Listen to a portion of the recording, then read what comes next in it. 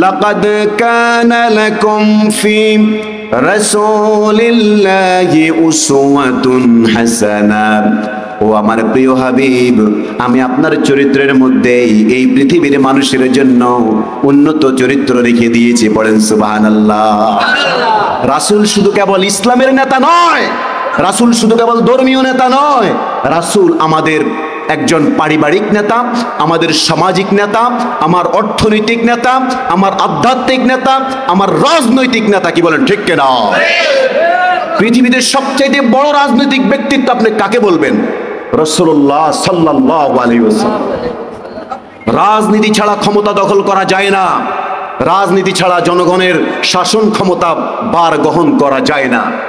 রাসূলুল্লাহ রাজনীতির মাধ্যমে ৬৪,০০০ বর্গ মাইলকে তিনি শাসন করেছিলেন। আজ রসুলের রেখে যাওয়া সেই রাজনীতি পৃথিবীতে আছে না নাই? সেটা এক একটা সাইনবোর্ডে এক একজন কাজ করে যাচ্ছে। কি বলেন ঠিক কিনা? ইসলাম থেকে রাসূলুল্লাহর রাজনীতিকে আলাদা করার জন্য বিধর্মীরা আজকে মুসলমানদের মধ্যে বিভিন্ন রাজনৈতিক দল তৈরি করে দিয়েছে।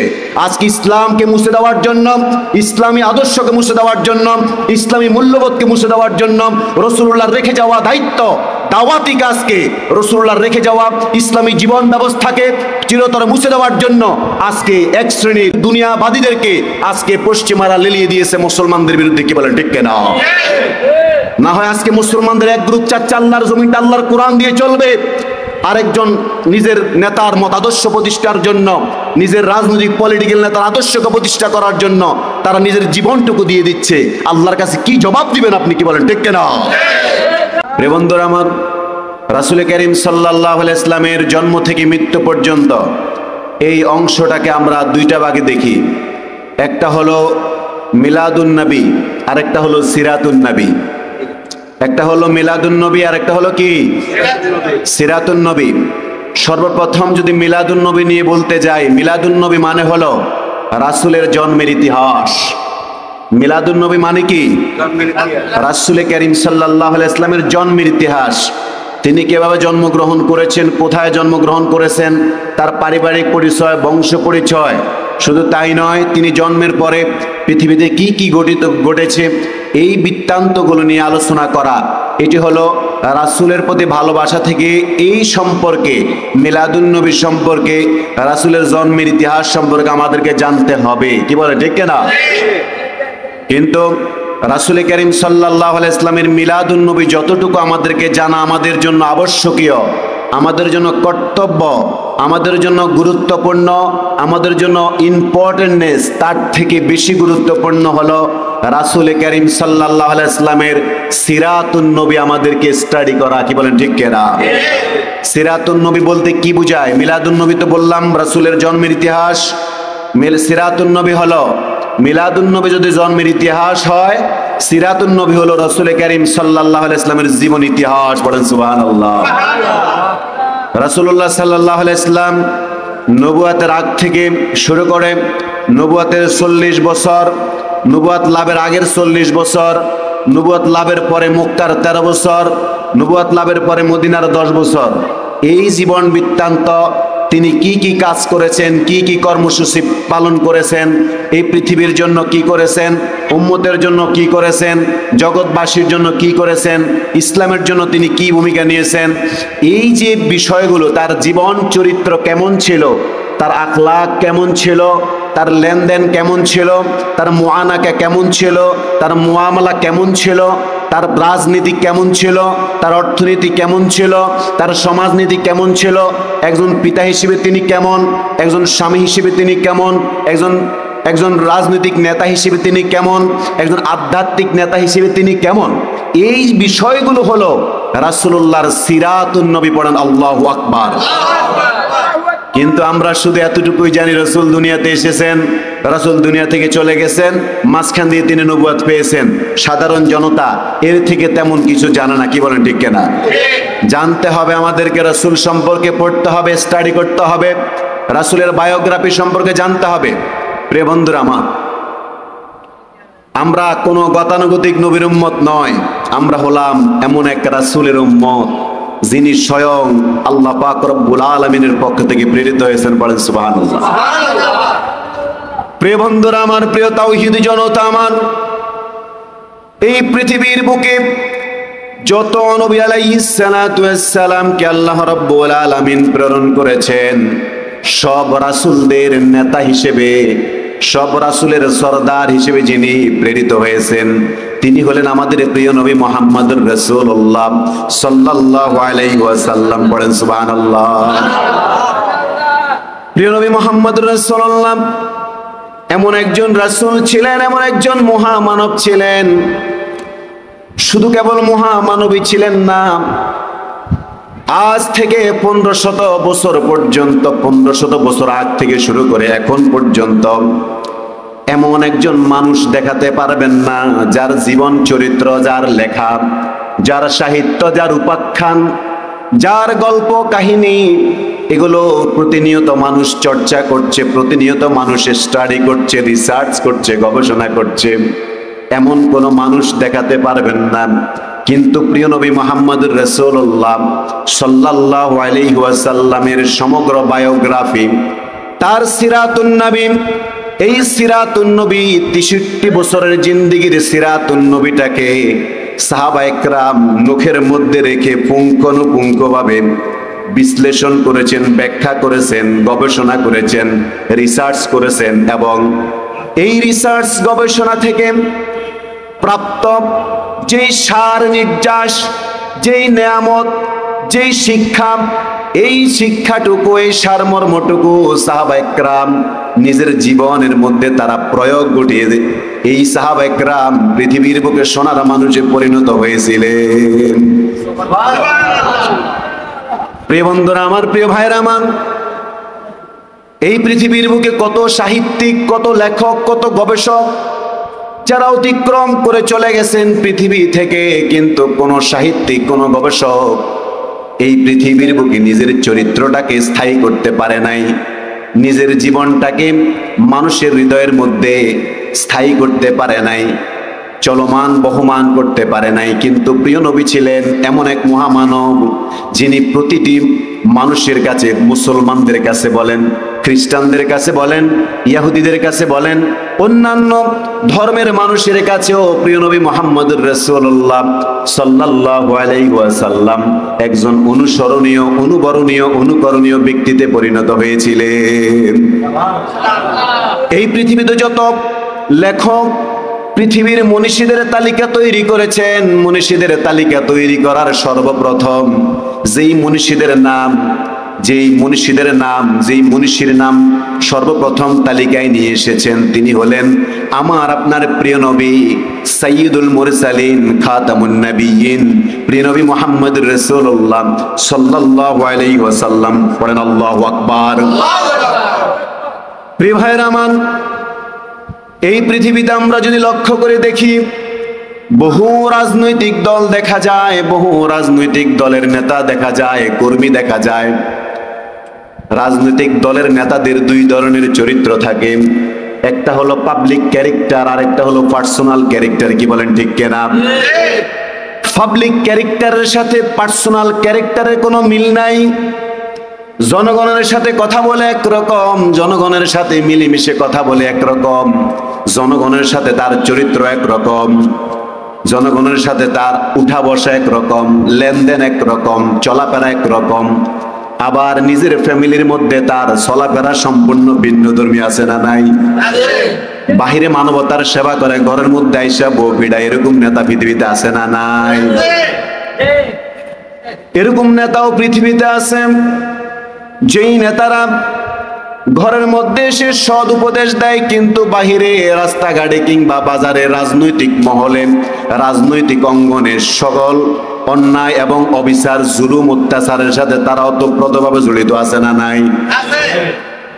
প্রিয় বন্ধুরা আমার, আমরা যদি লক্ষ্য করে দেখি, আমাদের প্রিয় নবী মুহাম্মদুর রাসূলুল্লাহ সাল্লাল্লাহু আলাইহি ওয়াসাল্লাম, তিনি ঘরে তার চরিত্র যেমন ছিল, বাহিরেও তার চরিত্র ঠিক তেমন ছিল।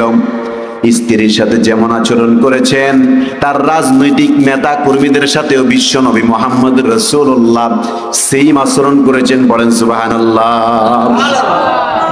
স্ত্রীর অধিকার যেমন তিনি আদায় করেছেন, সন্তান সন্ততিকে তিনি যেই চোখে দেখেছেন, আবার জনগণকেও তিনি সেই চোখেই দেখেছেন।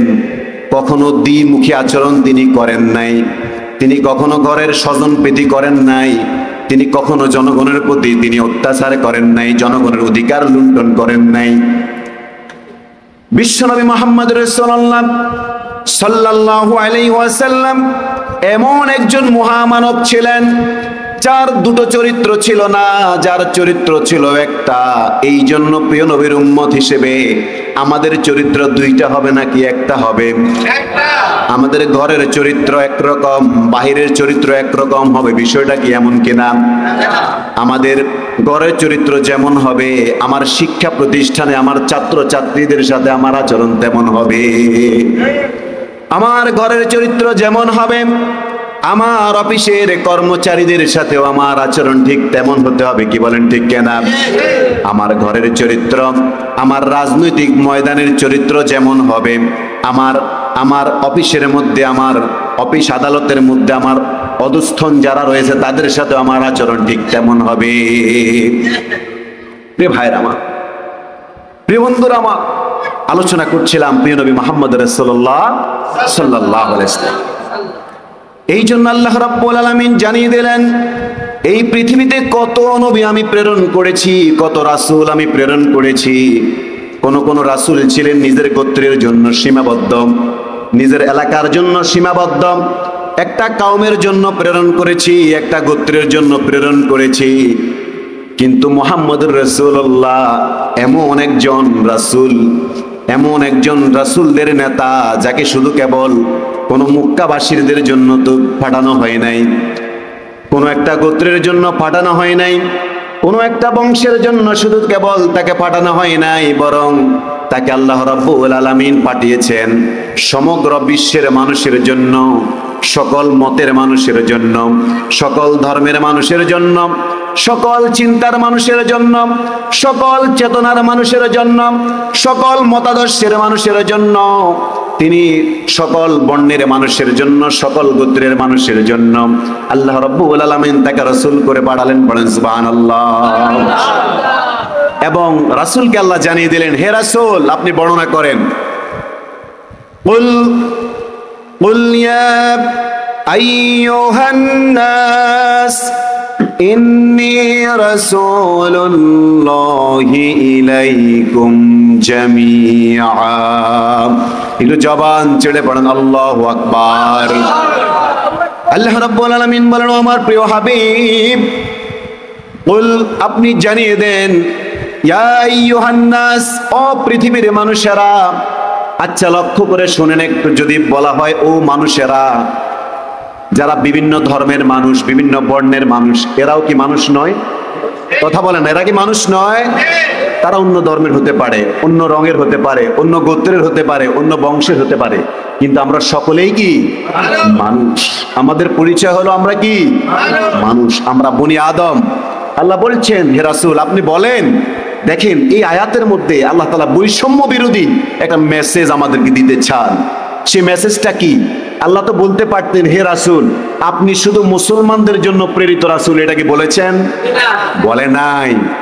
আল্লাহ রাব্বুল আলামিন বলেন, ও রাসূল আপনি জানিয়ে দেন, কুল ইয়া আইয়ুহান নাস ইন্নী রাসূলুল্লাহি ইলাইকুম জামিআ। আল্লাহু আকবার। কুল, হে রাসূল আপনি বলে দেন, ইয়া আইয়ুহান নাস, হে পৃথিবীর মানুষেরা, হে পৃথিবীর বিভিন্ন ধর্মের মানুষেরা, বর্ণের মানুষেরা, গোত্রের মানুষেরা, ইন্নী রাসূলুল্লাহি ইলাইকুম জামিআ, আমি তোমাদের সকলের জন্য রাসূল হিসেবে, নবী হিসেবে, ত্রাণকর্তা হিসেবে, ধর্মগুরু হিসেবে, ধর্ম যাজক হিসেবে, পথ প্রদর্শক হিসেবে প্রেরিত হয়েছি। বলেন আল্লাহু আকবার। বন্ধুরা আমার, চিন্তা করেন এই আয়াতের মধ্যে কি বৈষম্য আছে? কোন ডিসক্রিমিনেশন, কোন বৈষম্য কি পরিলক্ষিত হয়েছে? আমাদের রাসূল হলো বৈষম্য বিরোধী একজন রাসূল। তিনি পৃথিবীতে সকল বৈষম্যকে ভেঙে চুরমার করে দিয়ে সকল অসমতার পাহাড়কে চূর্ণ বিচূর্ণ করে কবর রচনা করার জন্য প্রিয় নবী মুহাম্মদ রাসূলুল্লাহ এসেছেন, বলেন আল্লাহু আকবার। শুধু তাই নয়, আল্লাহ রাব্বুল আলামিন প্রিয় নবী মুহাম্মদুর রাসূলুল্লাহ সাল্লাল্লাহু আলাইহি ওয়াসাল্লামের ব্যাপারে কোরআনুল কারীমের সূরা আহজাবের মধ্যে তিনি বলেন, ইয়া আইয়ুহান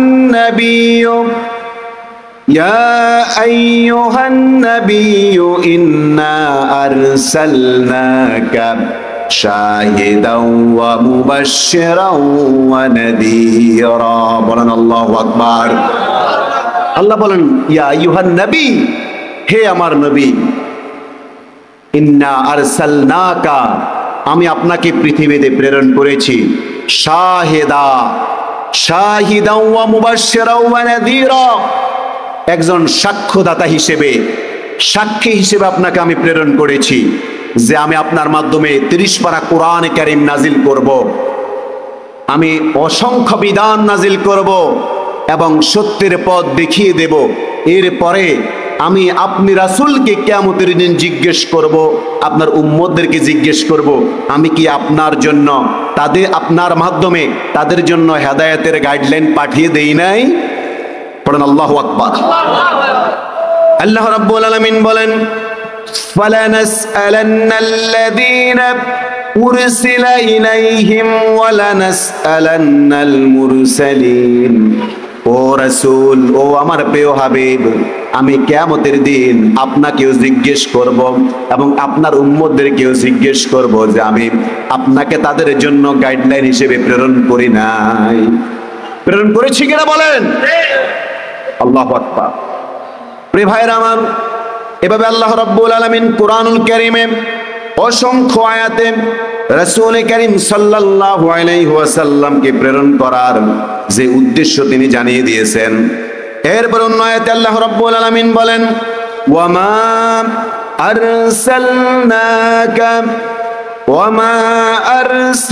আরসালনাকা ইল্লা কাফাতাল লিন্নাসি বাশীরাও ওয়া নাযীরা।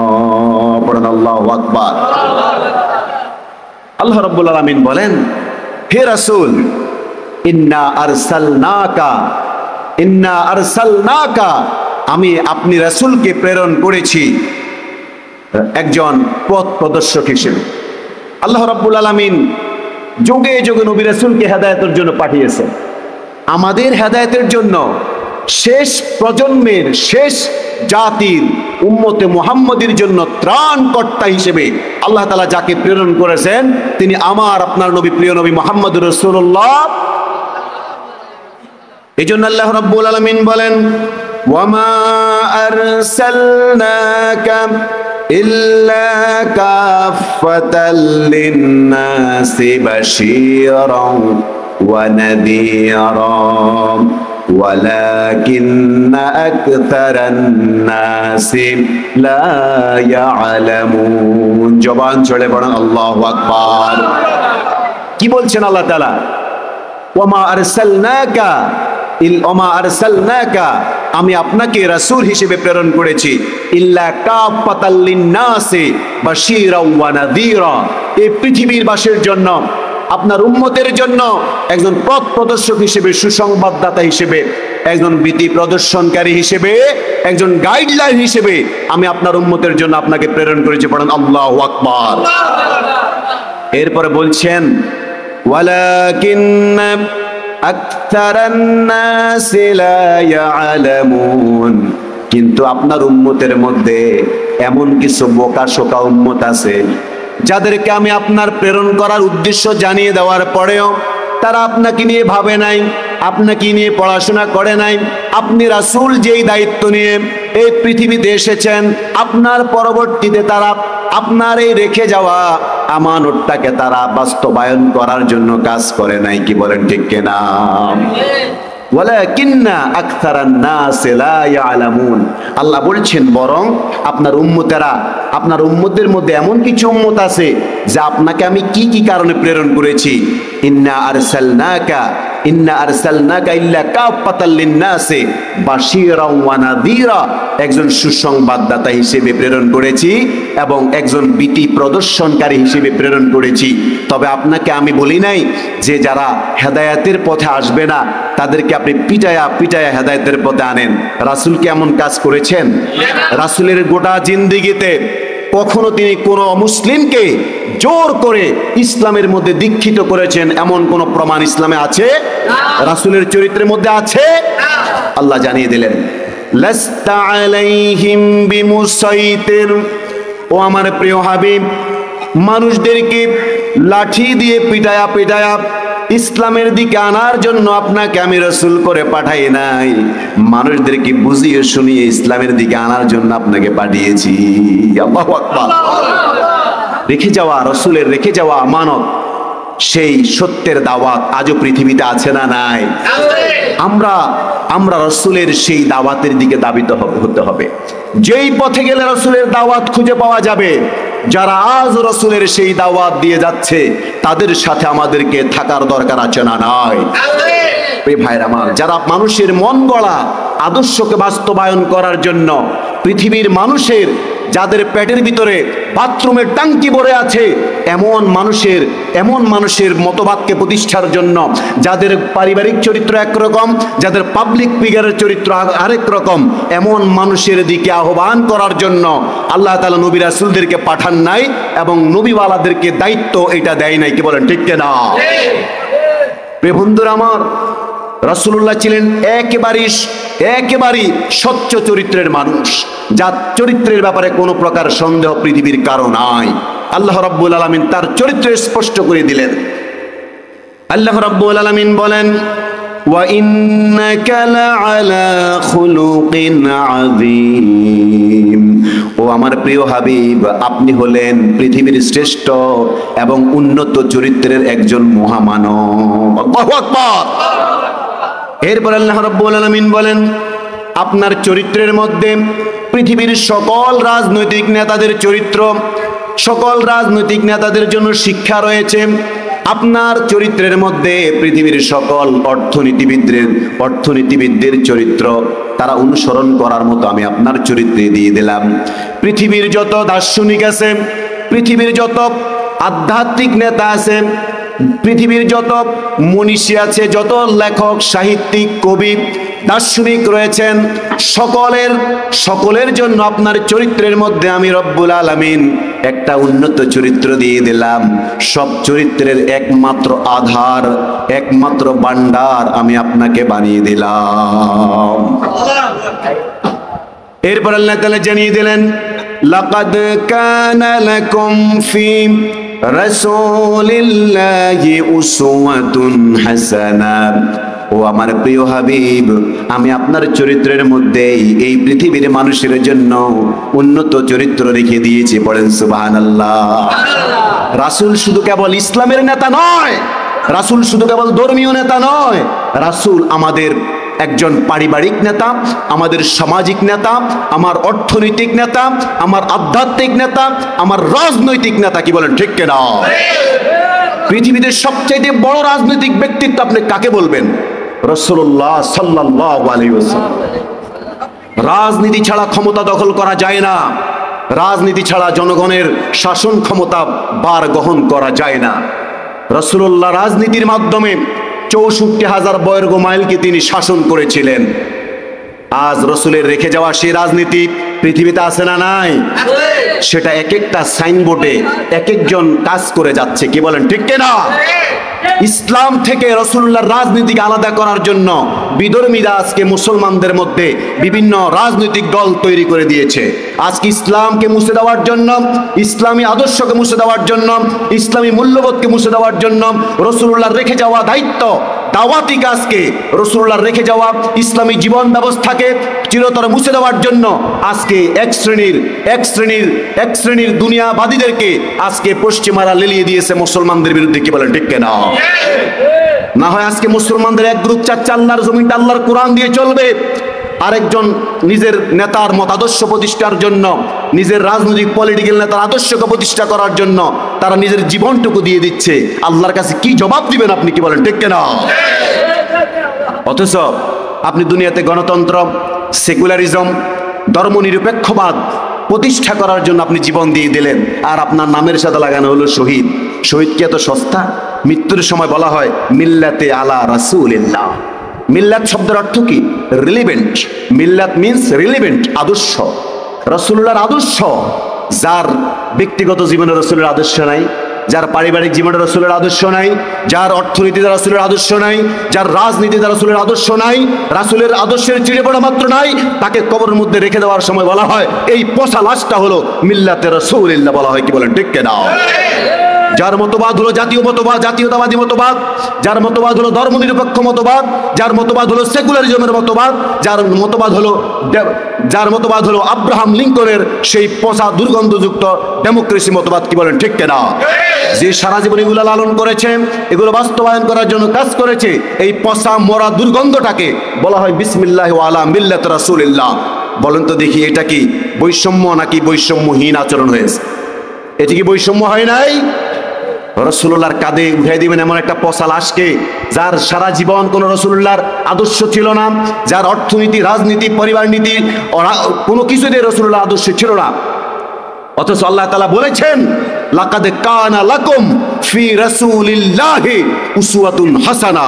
আপনার জীবনের মধ্যে আমি মানুষের সকল আদর্শ, সকল অঙ্গনের সকল আদর্শকে আমি আল্লাহ তাআলা ঢুকিয়ে দিয়েছি, কিন্তু নির্বোধ বোকারা আজকে সে আদর্শ গ্রহণ করছে না। কি বলেন ঠিক কিনা? আজকে আব্রাহাম লিঙ্কনের আদর্শ নিয়ে রাজনীতি করছেন। মনে রাখবেন, কাল কিয়ামতের দিন রাসূল আপনার জন্য সুপারিশ করবে না।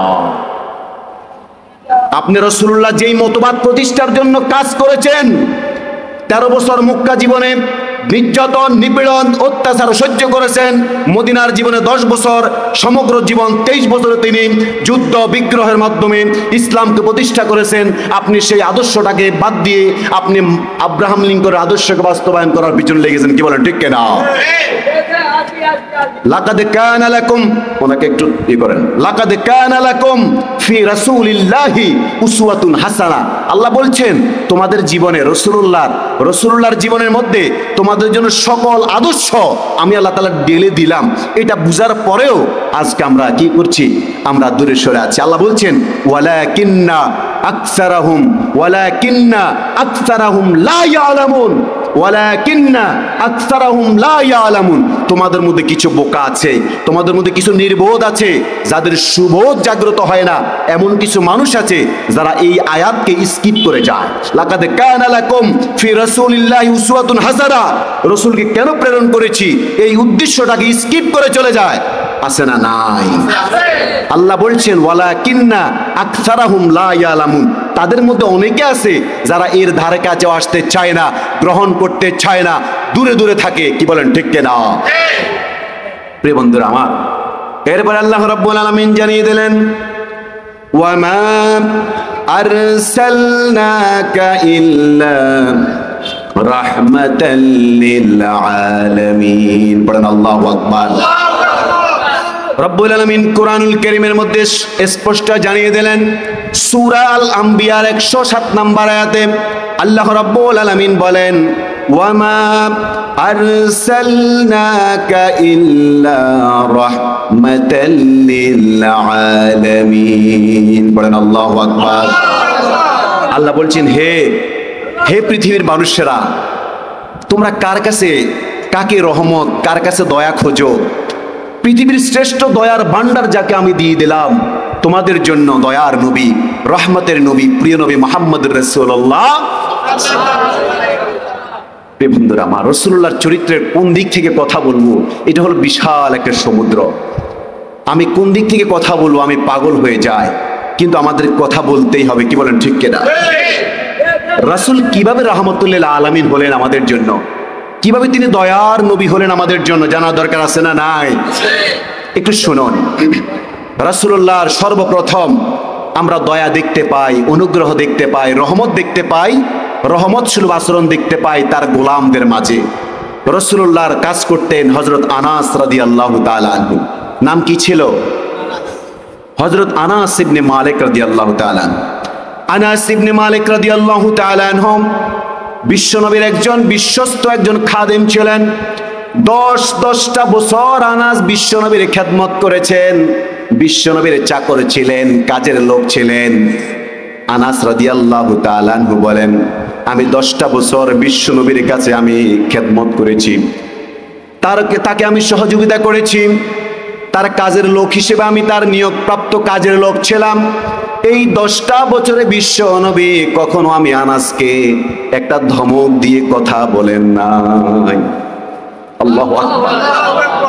এটি কি ওমা আরসালনাকা ইল্লা রাহমাতাল লিল আলামিন নয়? পৃথিবীবাসীর জন্য আপনাকে আমি রহমতের নবী পাঠিয়েছি। হযরত যায়েদ রাদিয়াল্লাহু তাআলা আনহু, হযরত যায়েদ রাদিয়াল্লাহু তাআলা আনহু ওকাজের মেলা থেকে হযরতে খাদিজা রাদিয়াল্লাহু তাআলা আনহা যায়েদকে কিনে নিয়েছিলেন, ক্রয় করে নিয়েছিলেন। কাকে? যায়েদ রাদিয়াল্লাহু তাআলা আনহুকে। ওই যে রাসূলের পালক পুত্র বলা হয় যাকে, যায়েদ বিন হারেস, যখন রাসূল তাকে এনে লালন পালন করলেন, কখনো কেনা গোলাম হিসেবে তাকে রাখা হয় নাই।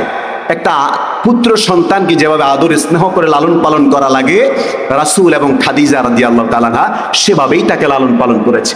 যখন খবর এলো, যায়েদের মা জানতে পেরেছেন যায়েদ রাসূলের কাছে আসেন, যায়েদের চাচা এবং তার আত্মীয় স্বজন রাসূলের কাছ থেকে তাকে নিতে এসেছিলেন। যায়েদ বলেছেন, আমি এখানে বেশ ভালোই আছি, আমি যার কাছে আছি তিনি আমাকে গোলামের মতো রাখেন না, তিনি আমার সাথে যে আচরণ করছেন এই আচরণে আমি যায়েদ সন্তুষ্ট। পড়েন আলহামদুলিল্লাহ। ওয়ামা আরসালনাকা ইল্লা রাহমাতাল লিল আলামিন। প্রিয় বন্ধুরা আমার, শুধু তাই নয়, রাসূলুল্লাহ সাল্লাল্লাহু আলাইহি ওয়াসাল্লাম বলেন, রাসূলুল্লাহ সাল্লাল্লাহু আলাইহি ওয়াসাল্লাম ছিলেন এমন একজন মহামানব যিনি মানুষের প্রতি দয়া করতেন বটে। কিন্তু একদিন ইবনে মাসউদ রাদিয়াল্লাহু তাআলা আনহু, বিশ্বনবীর আরেকজন সাহাবী ছিলেন ইবনে মাসউদ, ইবনে মাসউদ তার কেনা গোলামের উপর নির্যাতন করছেন, প্রহার করছেন, আঘাত করছিলেন। রাসূলুল্লাহ সাল্লাল্লাহু আলাইহি ওয়াসাল্লাম পিছন থেকে বললেন, পিছনে ফিরে এসে দাঁড়ালেন, যখন একটা ডাক দিলেন, বিশ্বনবী সাল্লাল্লাহু আলাইহি ওয়াসাল্লামের দিকে ইবনে মাসউদ তাকানোর পরে বিশ্বনবী ইবনে মাসউদ রাদিয়াল্লাহু তাআলা আনহুকে বললেন, ও ইবনে মাসউদ, তুমি আজকে তোমার কাজের লোকটাকে যেভাবে নির্যাতন করছো, আল্লাহ চাইলে কিন্তু আল্লাহ পাক তোমাকেও এভাবে নির্যাতন করতে পারে। ইবনে মাসউদ রাদিয়াল্লাহু তাআলা আনহু সাথে সাথে ঘোষণা করলেন, ও আল্লাহর রাসূল, আমি আল্লাহর আযাবের মুখোমুখি হতে চাই না, আমি এখনই আমার এই গোলামটাকে আমি মুক্ত করে দিলাম। আল্লাহু আকবার। ওমা আরসালনাকা ইল্লা রাহমাতাল লিল আলামিন। শুধু তাই নয়, এতিমদের সাথে কেমন আচরণ করতে বললেন রাসূলুল্লাহ। বিশ্বনবীর কাছে একদিন একজন লোক আসলো, এসে বলল, ইয়া রাসূলুল্লাহ, আমার অন্তরটা বড় কঠিন, আমি কিভাবে অন্তরটাকে নরম করব? বিশ্বনবী বললেন, অন্তরটাকে যদি নরম করতে চাও তাহলে মানুষের সাথে সুন্দর আচরণ করবে, মহানুভব আচরণ করবে এবং এতিম মিসকিনদেরকে খাদ্য খাওয়াবে, তাদের উদরটা ভর্তি করে দিবে। পড়েন আল্লাহু আকবার। ভাইরা মা, এরপরে বিশ্বনবী সাল্লাল্লাহু আলাইহি ওয়াসাল্লাম ছোটদের সাথে কেমন আচরণ করতেন, বড়দের সাথে কেমন আচরণ করতেন। বিশ্বনবী সাল্লাল্লাহু আলাইহি ওয়াসাল্লাম ছোটদেরকে স্নেহ করতেন, ছোটদেরকে সালাম দিতেন, তাদের মাথায় হাত বুলিয়ে দিতেন। একবার বিশ্বনবী সাল্লাল্লাহু আলাইহি ওয়াসাল্লাম একটা চমৎকার হাদিস বর্ণনা করেছেন। বিশ্বনবী বলছেন, লাইসা মিন্না লাইসা মিন্না মাল্লাম ইয়ারহাম সগীরানা ওয়া ইউওয়াক্কির কাবীরানা। বিশ্বনবী বললেন, ওই ব্যক্তি আমার অন্তর্ভুক্ত নয়, আমার উম্মতের অন্তর্ভুক্ত নয় যে মানুষের প্রতি দয়া করে না, বড়দের প্রতি দয়া করে না, ছোটদের প্রতি স্নেহ করে না, ছোটদেরকে ভালোবাসতে জানে না, ছোটদেরকে ধমক দেয়, এই ব্যক্তি আমার উম্মতের অন্তর্ভুক্ত নয়। আর যেই ব্যক্তি বড়দেরকে ইজ্জত সম্মান করতে পারে না, রেসপেক্ট করতে পারে না, এই মানুষগুলো আমি নবীর উম্মতের অন্তর্ভুক্ত নয়। আল্লাহু আকবার। চিন্তা করেন, ছোটদেরকে স্নেহ রাসূল শিখিয়েছে, বড়দেরকে রেসপেক্ট করা, সম্মান করা, এই দুটোকে আজকে সমাজে আছে? সমাজ নাই, এগুলো নাই, আজকে সমাজ থেকে চলে গেছে। আজকে ছোটদেরকে ধমক দেওয়া হয়, ছোটদেরকে মসজিদে আসলে বুকে টেনে নেওয়া হয় না, ছোটদেরকে তাড়িয়ে দেওয়া হয়, একটা প্রজন্মের পর দেখবেন মসজিদ পাকা। অনেকে আমাদেরকে বলে মসজিদে মুসল্লি নাই, মসজিদে মুসল্লি আসবে না। মুসল্লি আসার জন্য আপনাকে পলিসি করতে হবে। আপনারা যারা সামাজিক আছেন তাদেরকে আপনি উদ্বুদ্ধ করতে হবে। আজকে যারা ছোট্ট তারা আগামী দিনে এই মসজিদের মুসল্লি হবে, মসজিদ পরিচালনা করবে, সমাজ নিয়ন্ত্রণ করবে। তাদেরকে মসজিদমুখী করতে হবে, দিন প্রেমী করতে হবে, মুরব্বীদেরকে রেসপেক্ট করতে হবে। মুরব্বী ছাড়া যুবকেরা কিশোররা অচল। কি বলেন ঠিক কিনা? এই জন্য রাসূলুল্লাহ শিক্ষা দিয়েছেন ছোটদেরকে ভালোবাসো, স্নেহ করো, বড়দেরকে রেসপেক্ট করো। পড়ুন আল্লাহু আকবার। রাসূলুল্লাহ কত বড় দয়ার নবী। আর একটা ঘটনা বলি শেষ করছি। পৃথিবীতে আজকে যারা রাসূলুল্লাহ সাল্লাল্লাহু আলাইহি ওয়াসাল্লামকে বলেন যে রাসূল সাল্লাল্লাহু আলাইহি ওয়াসাল্লাম, অনেক ধর্মের মানুষেরা বলে রাসূল সাল্লাল্লাহু আলাইহি ওয়াসাল্লাম পৃথিবীতে একটি বৈষম্য তৈরি করেছেন। পড়েন নাউযুবিল্লাহি মিন যালিক। তিনি বিধর্মীদের প্রতি নির্যাতন করেছেন, এগুলো বলা হয়। আজকে তারা প্রোপাগান্ডা চালায় ইসলামের বিরুদ্ধে, নবীদের বিরুদ্ধে, ইসলামের নবী মুহাম্মদ রাসূলুল্লাহ সাল্লাল্লাহু আলাইহি ওয়াসাল্লামের বিরুদ্ধে। অথচ এই পৃথিবীতে যত মানবিক ব্যক্তি, যত মানবিক রাজনৈতিক নেতা, মানবিক অর্থনীতিবিদ ছিলেন, যত মানবিক একজন বৈষম্যহীন একজন ব্যক্তি ছিলেন, তিনি ছিলেন আমাদের প্রিয় নবী মুহাম্মদ রাসূলুল্লাহ সাল্লাল্লাহু আলাইহি ওয়াসাল্লাম। একটা ঘটনা বললেই আপনারা ক্লিয়ার হয়ে যাবেন কতটা মানবিক ছিলেন, কতটা রহমতের নবী ছিলেন প্রিয় নবী মুহাম্মদ রাসূলুল্লাহ সাল্লাল্লাহু আলাইহি ওয়াসাল্লাম। মক্কা নগরীতে যখন মুসলমানদেরকে নির্যাতন নিপীড়ন করতে করতে মুসলমানদের উপর নির্যাতনের স্টিম রোলার চালানো হয়েছে এমন ভাবে মক্কার মুসলমানরা আর সেখানে থাকার মতো উপযোগী ছিল না। মক্কায় যখন মুসলমানদের উপর এমন নির্যাতন নিপীড়ন চলমান ছিল, মক্কার কাফেরদেরকে তখন খাদ্য সরবরাহ করা হতো ইয়ামামা থেকে। ইয়ামামার গভর্নর ছিল সামুমা। এই সামুমা পরবর্তীতে ইসলাম গ্রহণ করেছেন। ইয়ামামার গভর্নর সামুমা মক্কার কাফেরদেরকে খাদ্য সরবরাহ করতেন, বিভিন্ন খাদ্যদ্রব্যাদি এবং ইনস্ট্রুমেন্ট পাঠাতেন মক্কার কাফেরদের জন্য। আর মক্কার কাফেররা সেই খাবারগুলো খেয়ে, সেই আসবাবপত্র ব্যবহার করে, সেই যুদ্ধের জিনিসপত্র ব্যবহার করে তারা মুসলমানদের বিরুদ্ধে অ্যাকশন চালাতো। হযরত সামুমা রাদিয়াল্লাহু তাআলা আনহু ইসলাম গ্রহণের আগে মক্কার কাফেরদেরকে সহযোগিতা করেছেন। যখন তিনি ইসলাম গ্রহণ করলেন, আল্লাহ তাকে ইসলামের ছায়াতলে কবুল করলেন।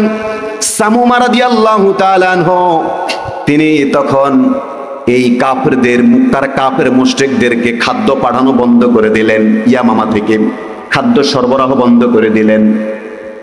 তখন মক্কার নারী, কিশোর, শিশু, বৃদ্ধ সকলের মধ্যে হাহাকার তৈরি হয়ে গেল, কাফের মুশরিকদের মধ্যে উদ্বিগ্নতা তৈরি হয়ে গেল।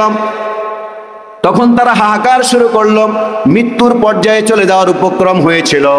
রাসূলের কানে এই খবরটা যখন আসলো, রাসূলুল্লাহ সাল্লাল্লাহু আলাইহি ওয়াসাল্লাম সামুমা রাদিয়াল্লাহু তাআলা আনহুকে ডাক দিলেন আর বললেন, ও সামুমা, আমি জানি তুমি যখন মুশরিক ছিলে, কাফের ছিলেন, মক্কার কাফেরদেরকে সহযোগিতা করেছ, এখন ইসলাম গ্রহণ করেছ, ইসলামের জন্য তুমি কিছু করতে চাও, তবে কাফের মুশরিকদের খাদ্য বন্ধ করে দিয়ে ইসলামের উপকার করা, এটা ইসলাম শিক্ষা দেয় না।